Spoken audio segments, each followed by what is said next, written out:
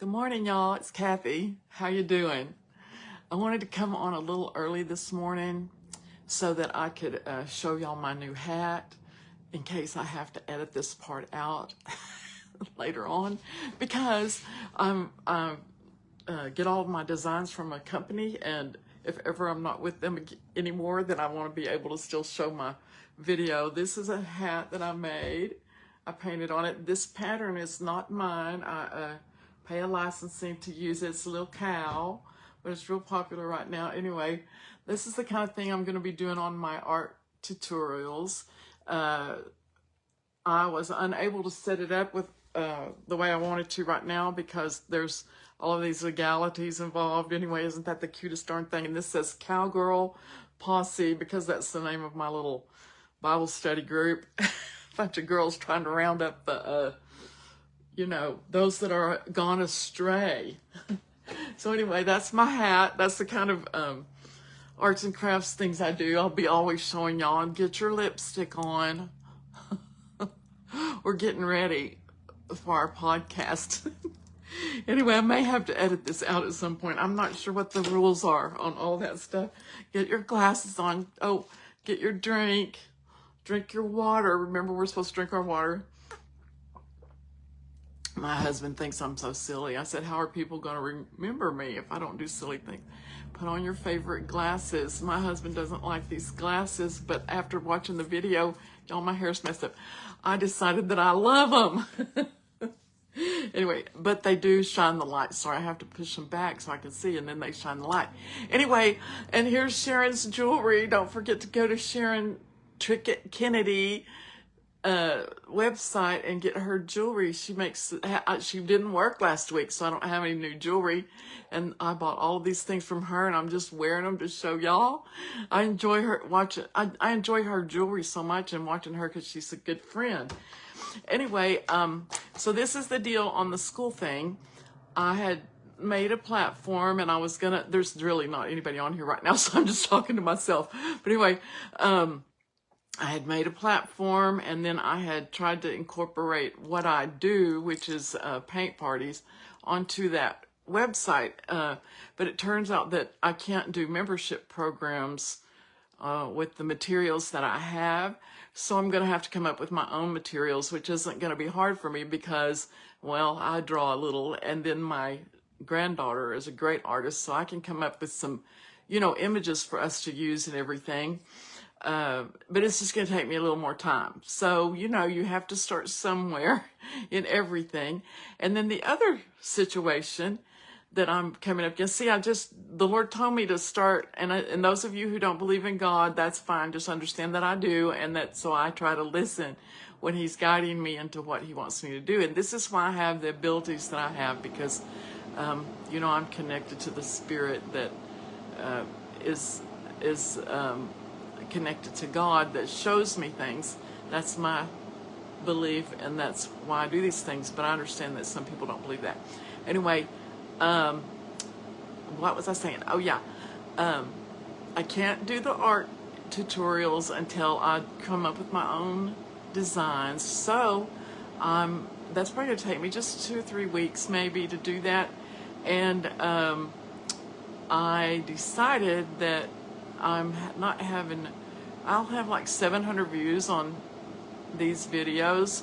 My goal is to reach a whole lot more people than that, because I feel like it's all a testimony as to things for the people that I've had encounters with, and the experiences that we've had, and to be a testimony to people about what all can go on in the spiritual, the supernatural, whatever you want to call it, that world, in the world that we can't see. So my goal is to get it out to as many people as I can. And so this is the problem. I have like 3,000 friends on my page and everything, but because of the algorithms and things like this, only about 200 of my friends actually get notified of my videos. And so I'm going to move my platform from Facebook to school, the same place that I'm going to do my art and craft tutorials.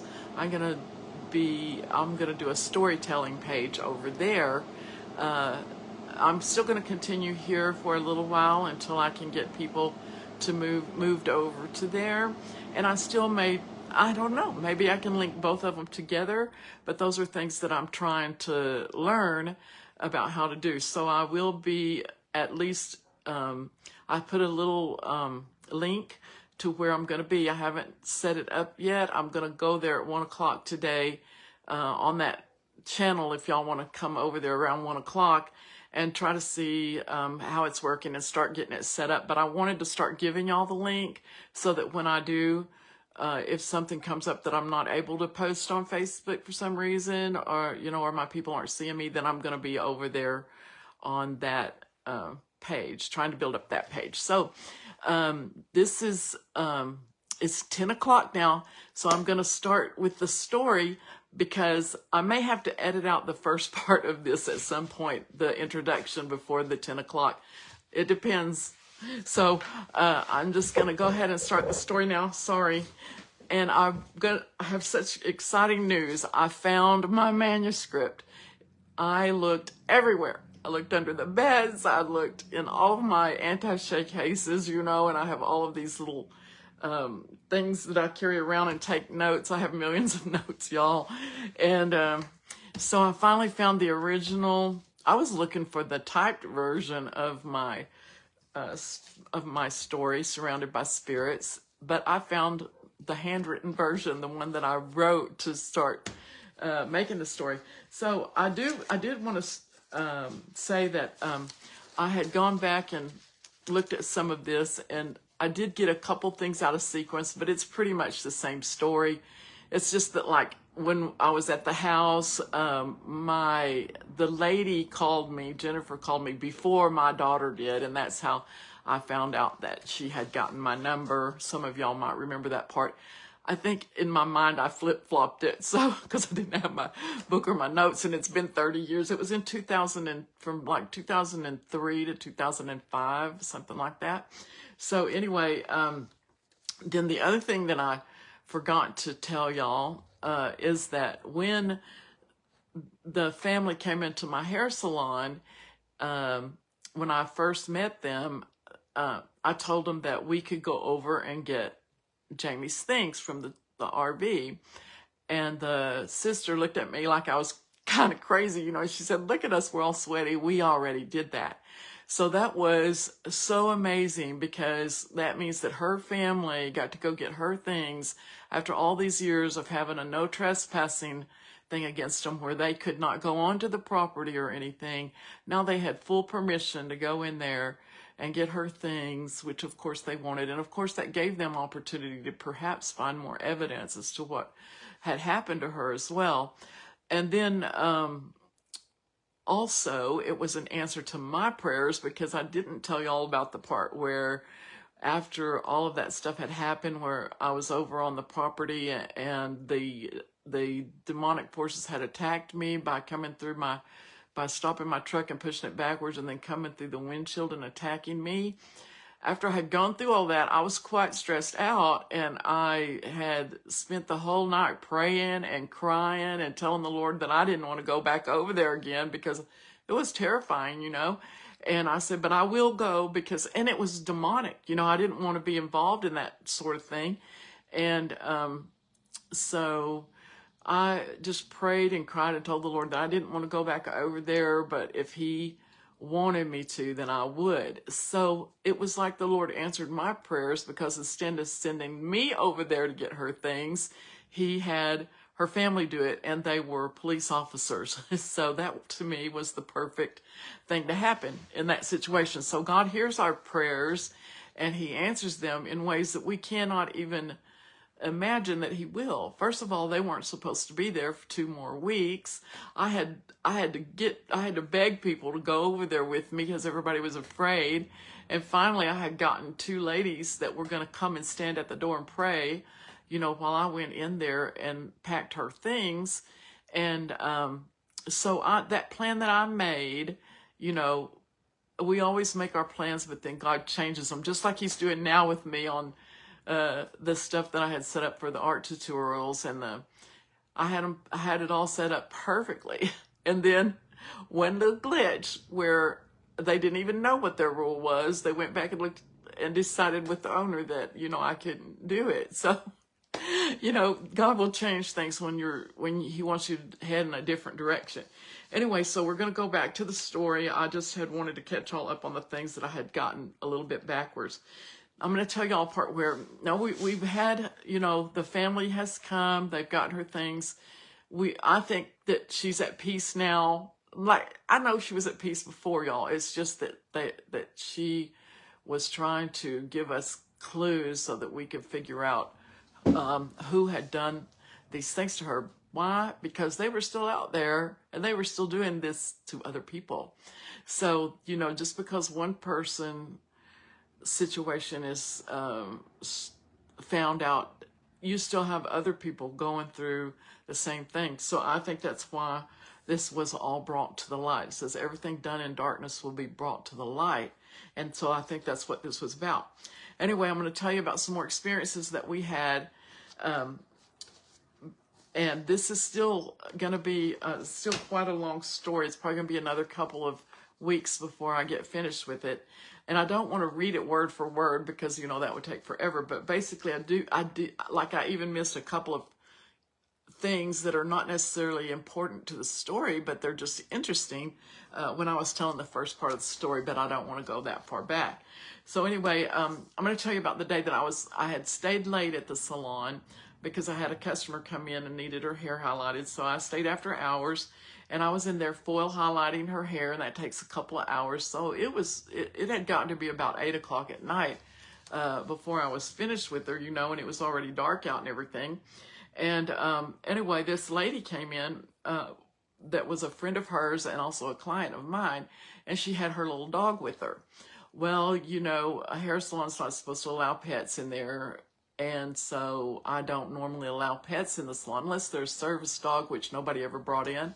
But I decided to go ahead and let her little dog come into the salon because I wanted to see if it would have a reaction in the salon. I had asked the police to bring a dog in there before, and that, they wouldn't do that and everything. So you have to have reasons for them to do things. But anyway, I let her bring the dog in, and it was just one of those little terriers, so cute.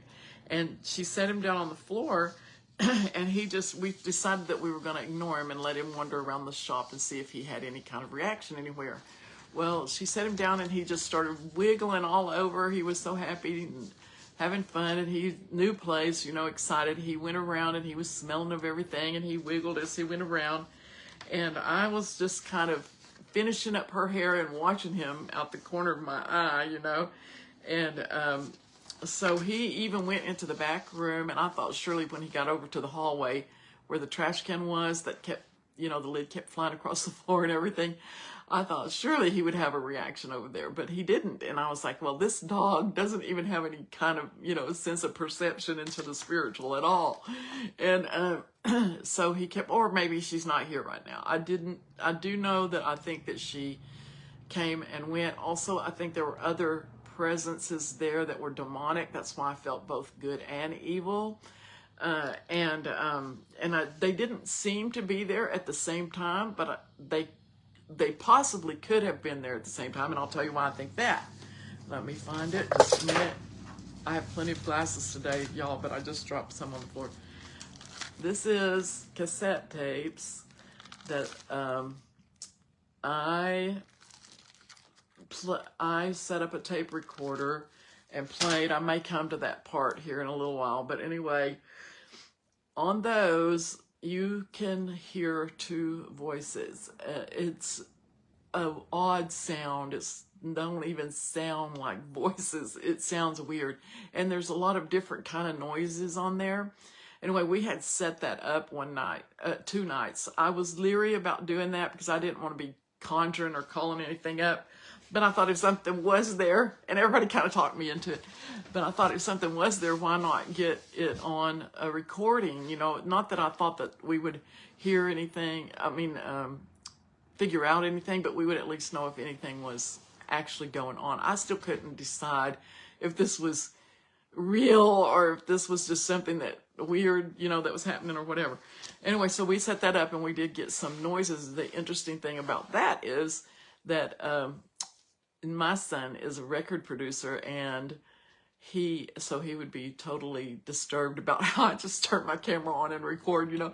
But when he put that in his system that analyzes everything, he took it out and threw it across the room and said that he wasn't going to listen to that. It was real. It was real sounds. It wasn't some, I don't know how they determined that, but they were really something in there making those sounds. It wasn't like background noise or street noise or whatever. It was really coming from the salon. So he said that's demonic, and he wasn't even going to listen to it.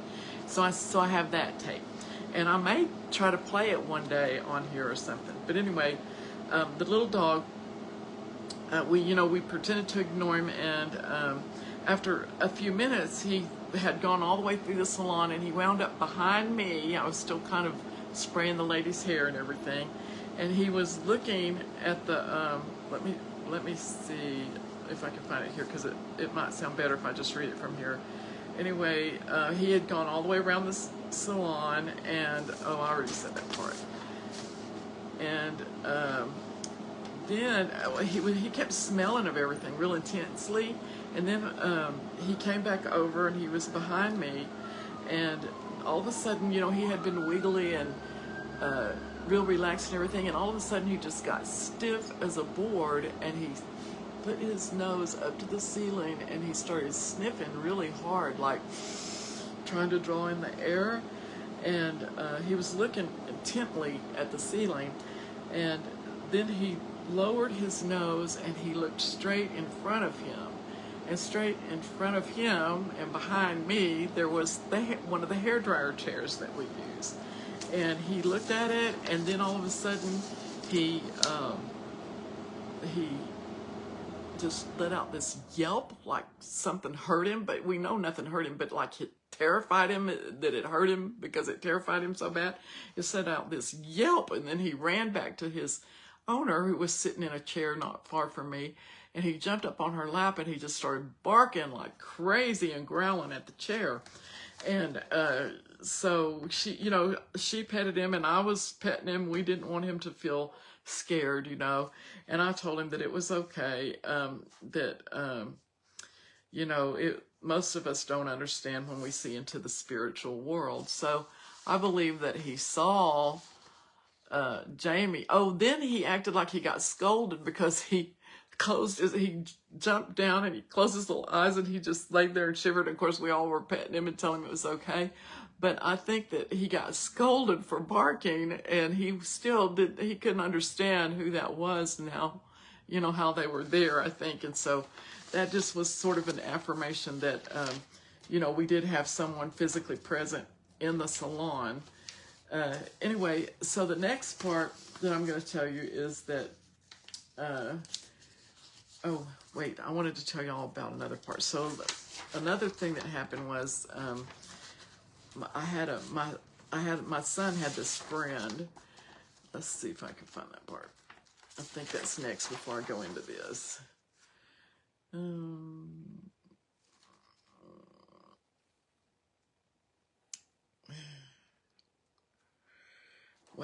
Let me start on this part. Okay, so one day I was alone in the salon, and it had been, I had sort of started telling y'all this story the other day, but I was alone in the salon, and I was doing color. I was cleaning out everything in the back of the salon, and all of a sudden there was this loud explosion right next to me in the air, and I thought, it happened off to the side of me, and I thought it was the electrical box or something, because it was just like a loud explosion.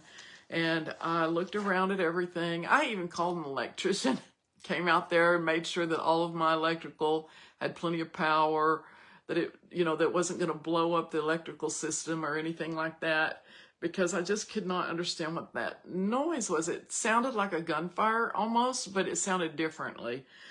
So anyway, the electrician said there was no problem with my power. We looked at every plug. We looked at everything that might be able to break in the salon. I couldn't find any reason, for this noise. Well, a little time went on, and the same thing happened. Actually, it was the next day before the electrician even got there. The same thing happened. That loud noise happened, and this time there was someone in the salon with me, one of the nail technicians, and she heard it, and neither of us could explain it, but I started feeling like the spirit had returned to us. I felt like she had left when her family came, and then I thought that I would never hear or see from her again, but then after I heard these noises, I thought, well, that's unexplainable, and there must be something else, that she wants us to find out. So then one day, I remember, this was the part I was going to tell y'all, that a longtime friend of my son's came in, and he told me that it would have been easy for someone to have buried a body where my shop was located. Because a long time ago, there used to be a place just in back of my salon called Dragon's Den. Now, I changed the name of it because, I'm not allowed to use real names. So anyway, it was a paintball and war games place. He said they had bunkers dug all out there. And in fact, there was a makeshift barn where, barn, maybe that's the barn that they had me in. Remember, I couldn't remember which barn I had been in. And I mean, it seemed like everybody in that area had a barn, and it just hit me right now. Maybe that's the barn that I had been in with those people. But anyway, there had been a makeshift barn where my salon is, and he used to go there and play. And I asked him who owned it. He said, I don't know. And so I decided that I would try to find out. But, I was always busy at work, and it was hard for me to get the time to just investigate things. So I asked God, remember, if you don't believe in God, that's fine, but I do. And so I asked God to send me someone to help me investigate. And I knew that the authorities weren't going to listen to me. And I was in the salon one night late. I was working on a highlight, and the lady that I was working on said, Cathy, there's somebody weird, some weird guy out in front of, and he keeps walking by looking in the window. And I really thought he was probably just wanting to get a haircut, because people did that a lot. They would stand out and kind of look inside, and if we weren't busy, they would come in and try to get a haircut. So I didn't worry about it. I just finished. It was dark, though, and I didn't usually like to stay at the salon after dark because it was a rural area, and sometimes, and when I had to drive home, it was in the woods, and so I tried not to be there too much after dark. Anyway, when I finished her hair and set her under the hairdryer, I went to the back room, and I heard her screaming out for me, Cathy. I ran as fast as I could out there, and but the man was already standing behind me. When I turned to run to go in the other room, I remember he was standing behind me, and he put his hands up like this, and he said, it's okay, I'm Ron. And he was related. He was the stepbrother to the lady that I had bought the salon from. Anyway, he wanted me to tell him the story about Jamie, and reluctantly, I told him, I really don't have a lot of time to spend on this, and I really thought I had done everything that I needed to do as far as that was concerned, and I thought, well, now it's just curiosity on everyone's part, and I really don't, I need to run a business. I just didn't have the time to work on it, but I wanted to help if I still needed to help. So there's where I was, and I wasn't too sure about him because he's kind of weird. I got a weird impression, when I met him, but I tested him, and I thought, well, maybe this is the person that God's sending to help me to finish solving this case, because we still did not know for sure what had happened to her exactly and who had done it. So I tested him and I doubted him, and finally I realized that God had sent him, and I didn't know if he was supposed to help me or if I was supposed to help him, but God knew. So we agreed to meet together and try to investigate what had happened. And I told him that I wouldn't be able to do it until after Christmas, because I wanted to focus on, Christ and my family during the holidays. And then during that time, a girl named Angie had come to work for me, and her family were the new owners over there at the property. And so on several occasions, we went back and forth over to the property because they had given us permission to be there. And it turned out that I'll probably tell this in a minute. Let's see. We were going to go back over there to see if we could find anything. And, oh yeah, this is where I am now. They had tried several times. They decided that, they were going to move the RV out and give it to somebody to put on their deer lease. Well, they could not get the thing to tear down, to come out. They had to literally tear the room that had been built on it. They had to tear it down.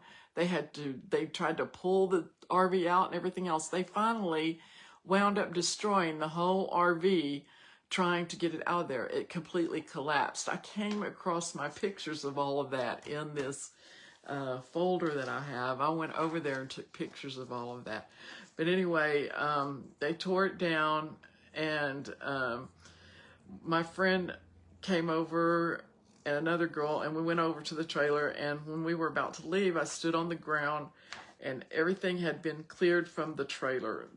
The family had gotten everything out, and it was completely cleared out, and the windows were broken in and all of that, and the curtains had been removed. So the reason for me telling you this part is because there was just light coming in all the windows in the trailer, and now I could see better in there than I had been able to. And I was just looking around the trailer for one last look before I left, and I said out loud, I said, I'm fixing to leave. If there's anything else that I'm supposed to know, I need you to show it to me, because I didn't know, why I was there. I felt called to be back over there, and I didn't know why I was there. I couldn't see anything that I needed for evidence or what have you. And just as I looked up, I saw some writing on the ceiling. And I called my friends back over. They had been out in the barn, and the writing was pressed into the, on some RVs, there is this plastic lining over the top of it. Somebody had pressed into the ceiling, nobody leaves here.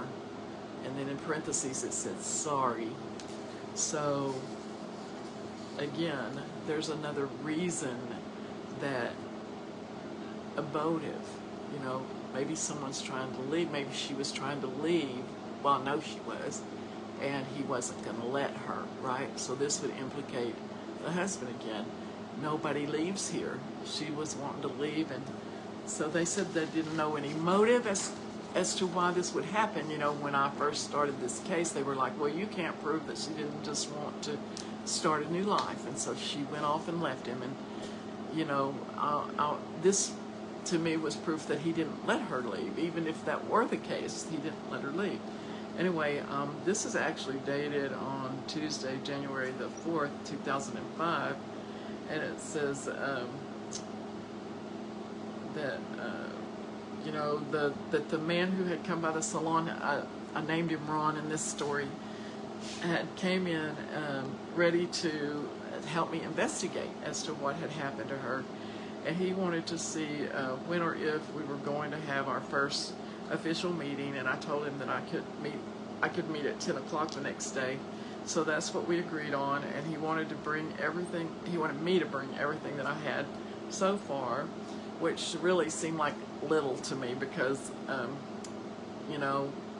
I had a few things. I'm not even sure at this point if I had I wound up with bones, I wound up with a knife, several things. But anyway, I knew that I was just supposed to take baby steps. So as we were talking and I was preparing to open the hair salon, the phone rang, and it was Angie on the phone, and she was telling me that she was on her way and would be there soon. And then she asked if I had seen what they had done to Jamie's old RV.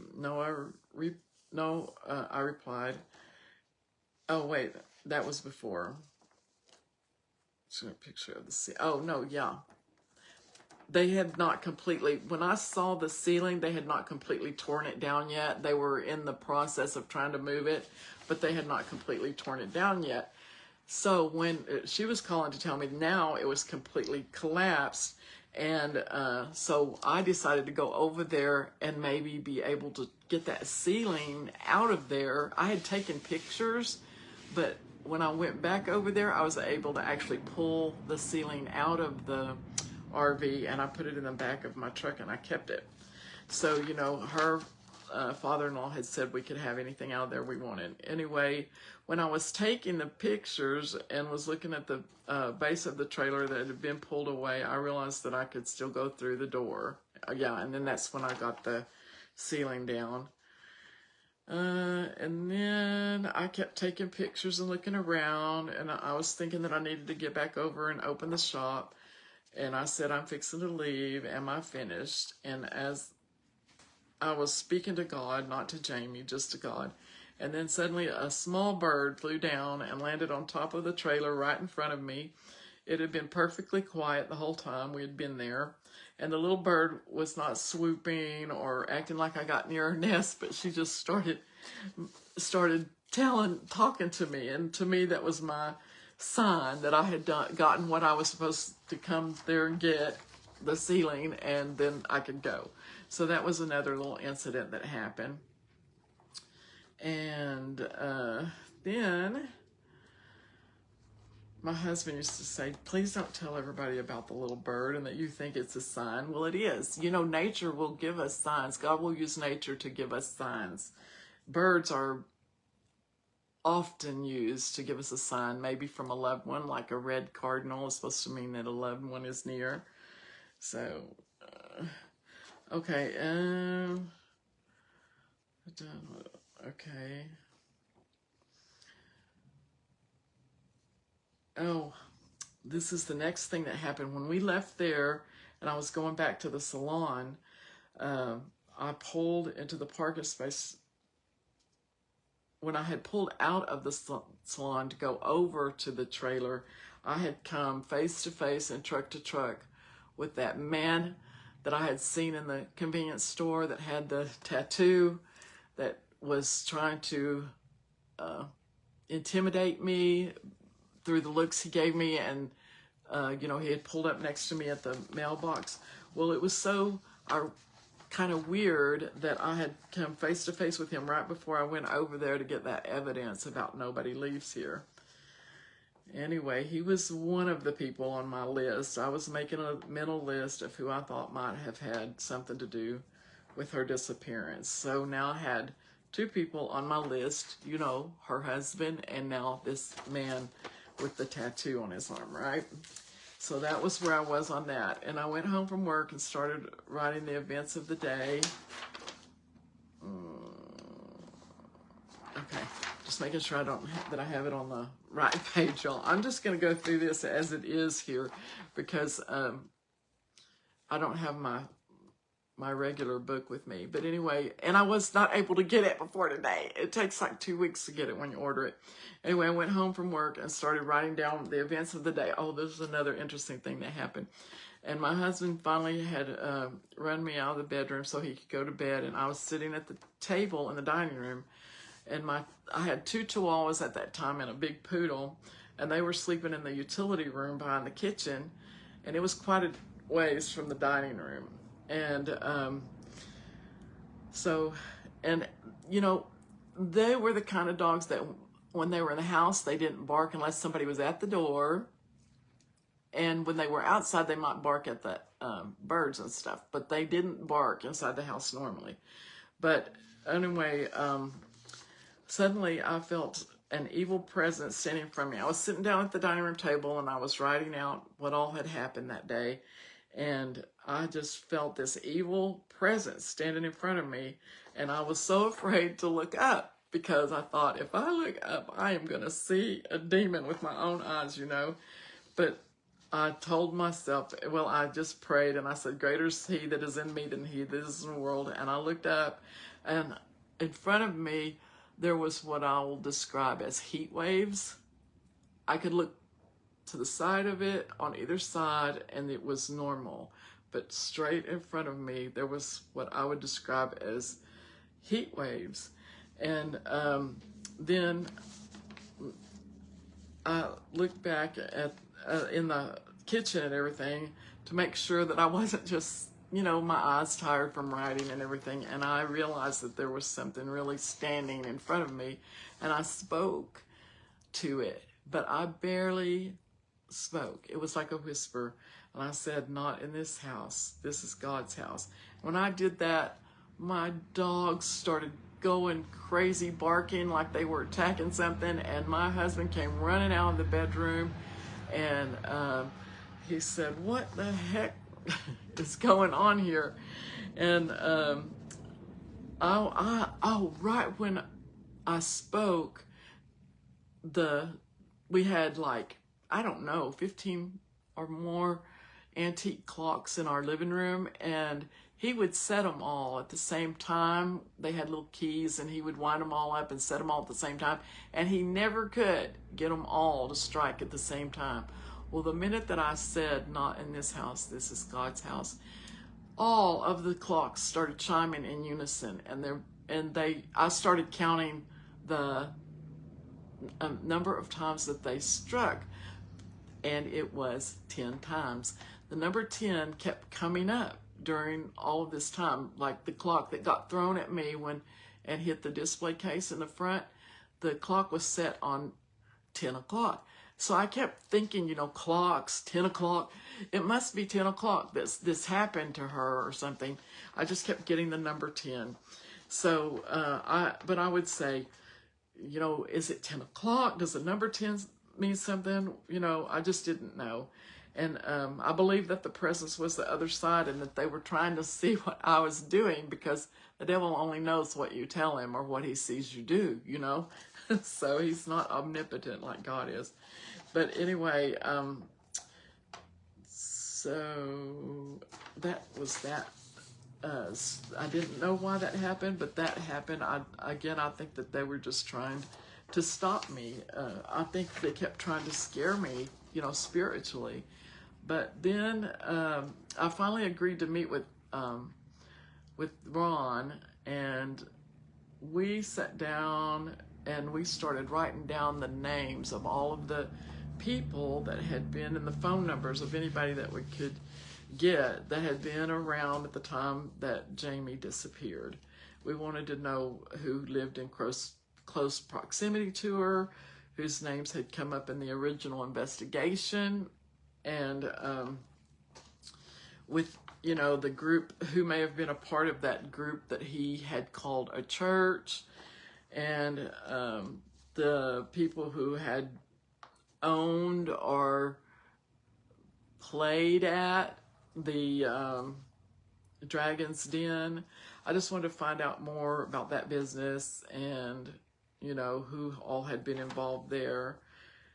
I didn't know what type of person they were, what they had been involved in, and did they know Jamie and her husband. So I began to complete a list, and I began to feel a little disappointed because as I started calling people on the phone, I felt like I wasn't getting anywhere. But I knew this would happen because nobody had gotten anywhere with the case in 11 years. I mean, they had some information. I didn't know what information the police or the FBI had, because they wouldn't tell me, of course. But basically, they hadn't solved it, so they didn't have enough information.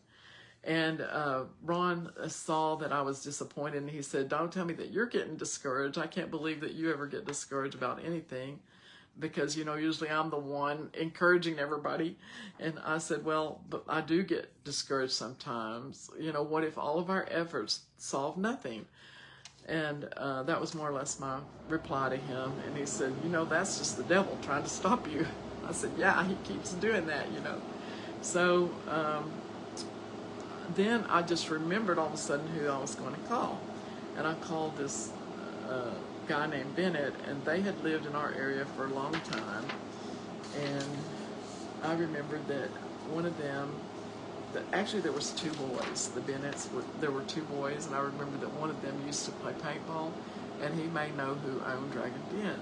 Dragon's Den, so I called him, and he said that his brother may know, but that he didn't. So I called his brother, and he said that a man named David Brown had been the owner. These are all made-up names, y'all. So I tracked David down and left a message for him to call me, and he called me a little later, and I asked him about Dragon's Den. And he said, "Oh man, don't remind me. I should have just thrown $30,000 in the trash and not wasted my time." And I said, "I'm sorry, when did you own Dragon's Den? Was it located where my beauty salon is located?" He said, "Well, where are you located?" He asked me, and I said, "Over there on Old Mill Road, and at the intersection of another road." And he said, "Do you know where that is? Shopping center is?" And he said, "Yes, I know where the shopping center is." No, I was up the Old Mill Road a little ways, just before you get to the old high school when you're coming from your direction. Dragon's Den did used to be down there by you, but that was when it was owned by the original owner, and his name was Gary Adams, also a fake name. He didn't sell me his business, he just let me use his name. So why would somebody not sell you their business, but just let you use their name? So the people who used to own the paintball facility that was located on the property where my hair salon was built had, for some reason, quit their business and given their name to somebody else. So when he said the person's name, Gary Adams, I knew that person, and I said, "He's one of our customers." He had been coming into the salon for about 2 years at that point. And then I had found out that they were building a new paintball place in town over by the grocery store. And I asked him, "So are you the one building the paintball place over by the grocery store now?" And he said, "No, never." And I said, "Okay, thanks for taking the time to talk to me. I appreciate it." And he said, "That's fine, girl. Call me anytime." So I went from being disappointed. If I had stopped there and not continued, I wouldn't know now who had owned the paintball place that used to be located on where my salon was located. And you see, what I found interesting about that was that, and I may get into that here in a minute, was that, you know, there were bunkers dug all down in there. If the lady that went missing lived right across the street and someone decided to kill her, couldn't they just take her and put her in one of those barrels and bury her in the bunker around there? Doesn't that make sense to you? Well, that's what was in my mind. So my intention was to find out all that I could. Now, it doesn't mean that anybody could have done that. Anybody could have done that. It wouldn't have to be anybody that owned that property. It could have been the husband. It could have been a neighbor. It could have been anybody that could have done that to anybody and buried them around there. And unless somebody knew those bunkers really well, they may not even notice that one of them was filled in. Or maybe they did. Who knows? Anyway, my intention was to find out all that I could about Mr. Adams. You know, I wanted to find out, you know, maybe he saw something, maybe he knew, you know, because he knew a lot of the people around there apparently, since they all came out there to play paintball. But earlier I had been warned by a police officer in my area that I did not need to know who had owned Dragon's Den. He said that 2 brothers had owned it and lived in another area, that one lived in another area and the other one lived in our area. And he said that the one in our area was a dangerous guy and I did not need to mess with him. So I was surprised to know that it had been Mr. Adams. When I first met him, I was a little uneasy, but he had been coming in my salon over a period of a couple of years, and I had gotten used to him. I did notice a definite change in him when his wife became ill. He nursed her back to health. He seemed to have a more focused attitude after that. So now we're to the part where we are starting to get suspicious about some of the people who had been in the area. He had always been nice, and we talked about the fact that he was a builder. I even asked him about building me a house in the future. That's true, I did. And we really just had polite, casual conversation. So I thought that there had been some mistaken identity with the police officer. However, the more I thought about it, I wondered, because a lot of people who got into their own business, especially construction, do so because they have a record, a criminal record, and can't get a job at a regular company, because if you have a felony, then it's hard to get employment. So a lot of guys start their own businesses. I can't prove that, but I know quite a few cases where it's true. And I don't know if it was his case or not, but that would explain a lot. And how was I going to find out? Sorry, I just decided that since these are basically notes that I used to write my book, I could just read them. Anyway, just when all of this was happening, like, from January 4th to January 6th. This is just Thursday now. And I just found out the day before who owned Dragon's Den, and the original, and it was Mr. Adams. He was the original owner. And guess who's walking through the front door of my beauty salon? He didn't have an appointment. He just stopped in to get his hair cut. It was Mr. Adams. It scared me to death. My pulse went sky high. I didn't know what to do. If it was a coincidence, did somebody tell him that I was inquiring about his business? Did God know that he was going to come in, and so he let me find these things out, ahead of time? Whatever the case was, he was there, and I wanted to talk to him. I felt compelled, against my better judgment, of course. But after he got his hair cut, I asked if I could speak with him in the back room of my salon, and he agreed to talk to me. Well, I want to read this because I don't get on a bunny trail. So when we went back in the back of my salon, I said, Mr. Adams, did you used to be the owner of Dragon's Den? And he said, yes. And I said, wasn't that a paintball place? And he said, yes. I said, how long ago was it? He said, oh man, we closed in 1994. And it was down the road over the bridge. It wasn't here, right? Because what had happened then is they had originally been at my location on this side of the bridge. And then and then they moved it across the road and on the other side of the bridge and across the road from where my hair salon was located. So they had already moved locations of it, and then they just completely went out of business in 1994.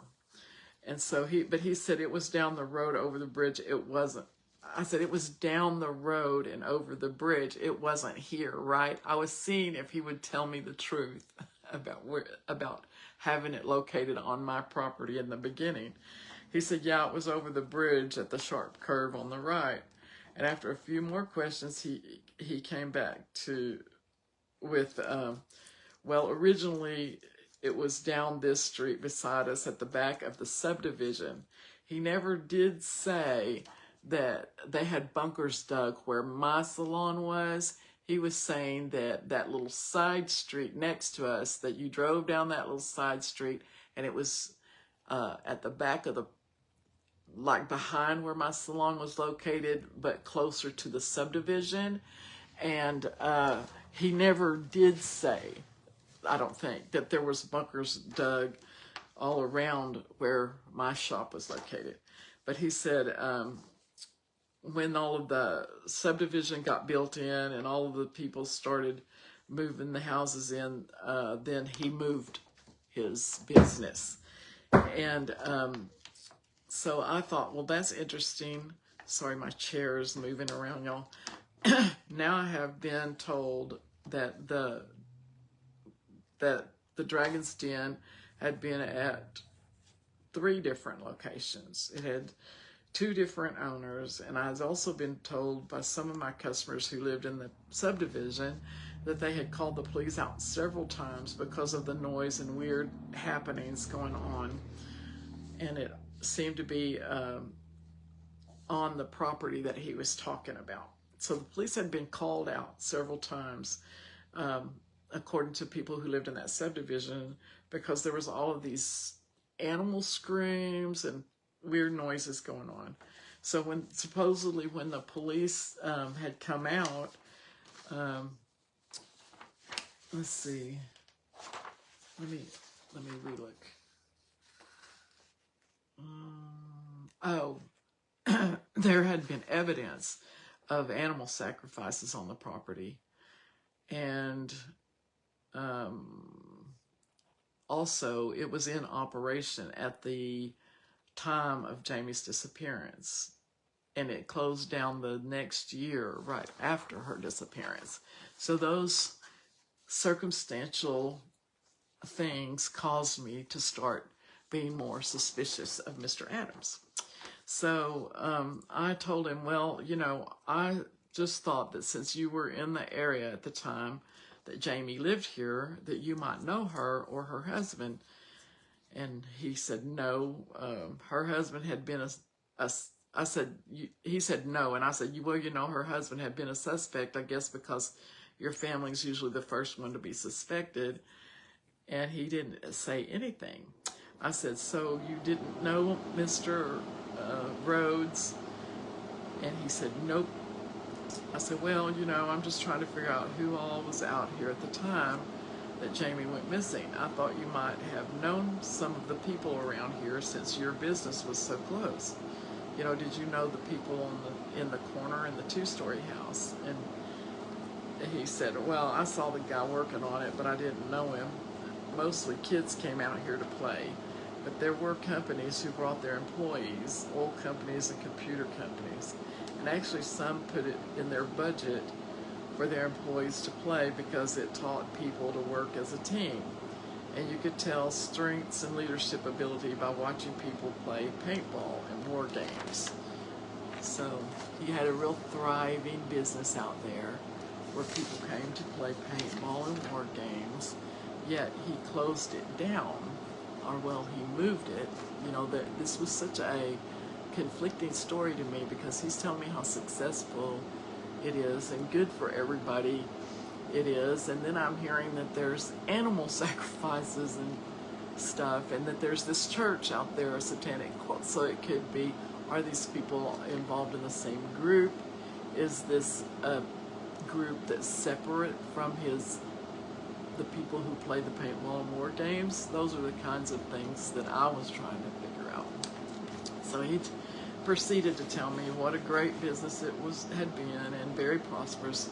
He was so into it, you know, he became an avid player, and he formed a team that went all over the United States. And I asked him how many were on his team, and I wanted to know how many names I was looking for. Originally, he said there were 15 of them, but they dwindled down to 10. All the big companies were sponsoring them because even though they were older than a lot of the other teams, they were the best. Mr. Adams even designed a special barrel for paint guns, which he had patented and later sold the patent. I would say that he had a passion for the sport, so why would he quit? And I asked him, if your business was so prosperous, why did you close it? His eyes grew angry and defensive. Because we went off into this development thing, he stammered. I think that I made him mad. He busted out a statement. Hey, listen. I found a backpack and a brown, long-haired wig on my property right after that girl went missing, and I called the cops. I said, really? You found a backpack and a long brown-haired wig,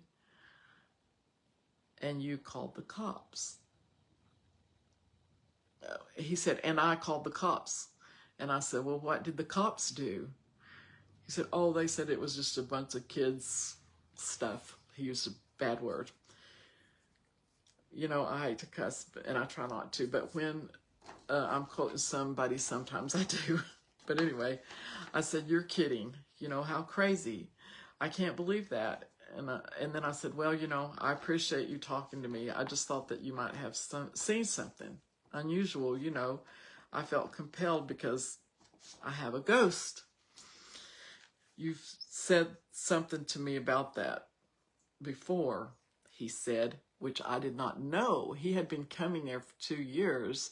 I really never did his hair. I talked to him, or he would be there when we talked about the ghost with the other hairdressers doing his hair, not me. I had never done his hair. So he was coming in to find out, you know, what all we knew about this situation, I think. But anyway, he said that I had said something to him about that before. And I said, well, you know, it doesn't take a rocket scientist. There was a limited number of people in the area back then, and somebody has to know something. We were both, you know, as polite as we could be, saying our goodbyes, but it was a little uncomfortable. I had put him on the defensive purposefully, and I felt no anger towards him. People are innocent until proven guilty. I have no idea who is guilty. I was just trying to get him to give me information if he had any, and to find out who knows what, you know, about the story. So Dawn came in, and I told him what had happened, and everyone kept telling me that I had stirred something up, that I had cornered and talked to the wrong man, and that I was in trouble.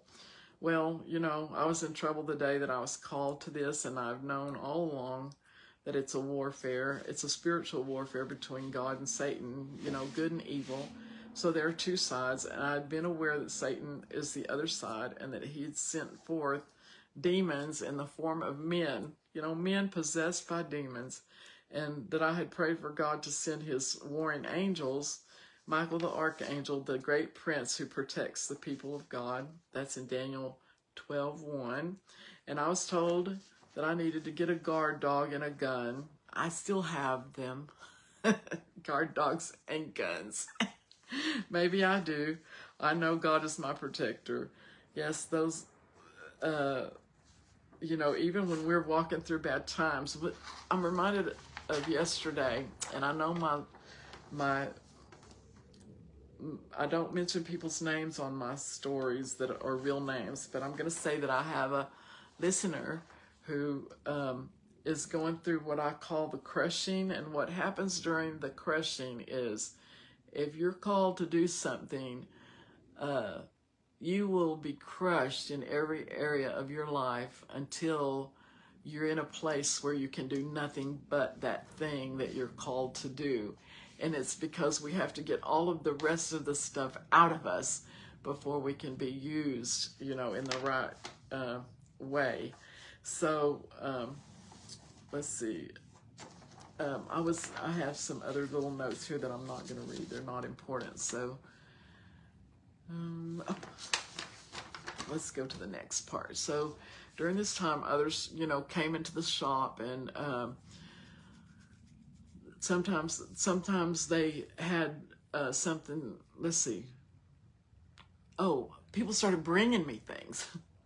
They started bringing me objects to the shop. You know, they would bring things and say, "Do you think this has something to do with Jamie's case?" And one day this lady came in, and she lived in that subdivision by Dragon's Den, and she had been walking one day with her husband and her dogs, like in 1994, and she said that they came upon some tunnels by the creek bed.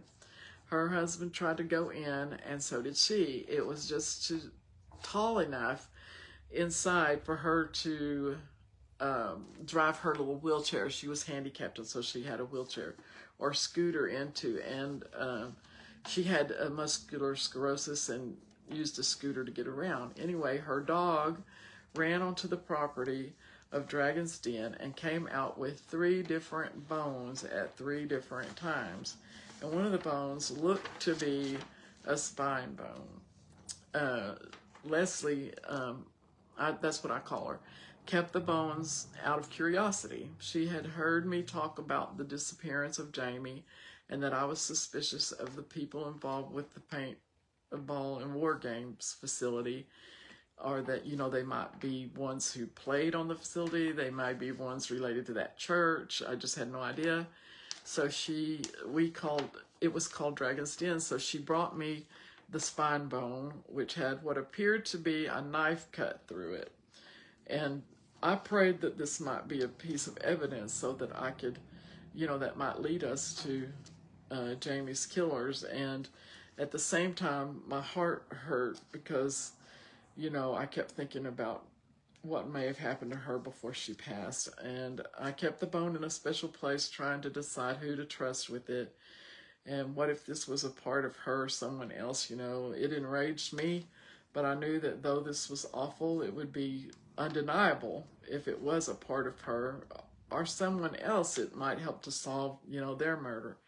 And would the authorities even be able to tell who it was? And more likely, it could just be a big animal or you know, some other person.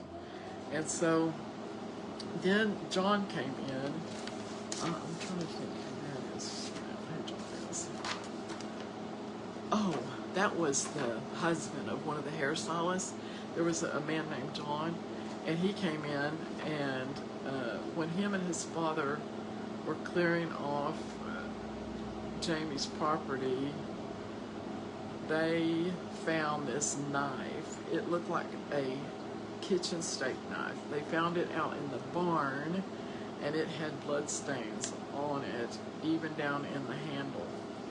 And so I asked Leslie to get me a map of her subdivision. My salon was located directly in front of what used to be Dragon's Den, and the creek ran along beside of our properties. So I was able to mark the map to show where they had been and where the tunnels were located. Now, when I say tunnels, I'm talking about trees. Someone was still maintaining, this had been years from 1994 to 2003, someone was still maintaining these tunnels in the woods that were carved out so people could pass. See, there was a subdivision over here behind my beauty salon, right? Then there was the creek. Then there was another subdivision over here. And someone was maintaining tunnels to go from that subdivision to the creek bed or to this property that had been the paintball and war games place where my hair salon was sitting.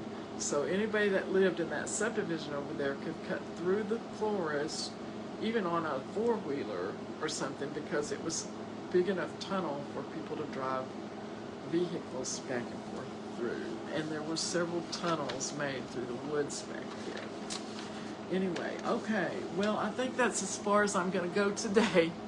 And we'll go on to the next part next week, because I don't want to make my videos too long. And as I said, I'm going to have two avenues to tell y'all these stories, here and on school, but eventually I am going to only be on that page because of the algorithms. Everybody's not getting to see notifications of me doing these stories, and so I want more people to be able to go to the same place all the time and hear my stories. So anyway, this was kind of a sad part today, and I'm sorry. You know, there's going to be days when I cannot be so excited because I'm in this story, reliving it, and I feel the feelings that I felt when I was back there dealing with it. And so there's going to be some days that I'm not as excitable as I usually am. I like happiness. I like, you know, to only be in, I wish that we could all just go to church and sing together and have fun, but sadly we're in a spiritual warfare, and God uses us sometimes in the bad parts. Just think of the policemen, think of the military. You know, they have good lives probably, but they're called into active duty, and they have to go in and protect the innocent, right? So that's kind of what this is all about. It's when a normal Christian person is put into a situation where they have to stand up for what's right and good. It's very scary, but you believe me, you feel so compelled you can't do anything but do it. Anyway, we learned a lot today, though, about what all did take place back then, and I am going to try, I don't know if it's going to work out, I'm going to try at 1 o'clock to go over to the school, the link that I sent, the little school platform, and see if we can connect there and how that's going to work out. Y'all, I'm not good at this technical stuff, and there's so many different platforms you can get on. One platform that I'm looking into is called Podbeam, but I have to get that set up, and I'm not sure. I need to do some more research on that too. And I am going to continue my thing on school with the arts and crafts, but I just have to get my own material together because I'm not able to use the material that I wanted to use. I had thought that it was all set up, and I'm not able to use that material. So anyway, that's it until next Tuesday. I appreciate y'all being on here, and please, if you're watching the recording or whatever, if y'all could start leaving me comments. You see, one of the main reasons that the algorithms are not working for me is because I may have 700 viewers, but unless there's comments and stars and hearts and things like that, then it doesn't go anywhere. So I need to find a platform where I'm not relying on that, and I don't know if there is such a thing. But anyway, so if you don't mind leaving a comment or a heart or something or a star or a like, that would help me a lot, and it would help to get the program moving forward. Anyway, thank you and have a great day. Bye.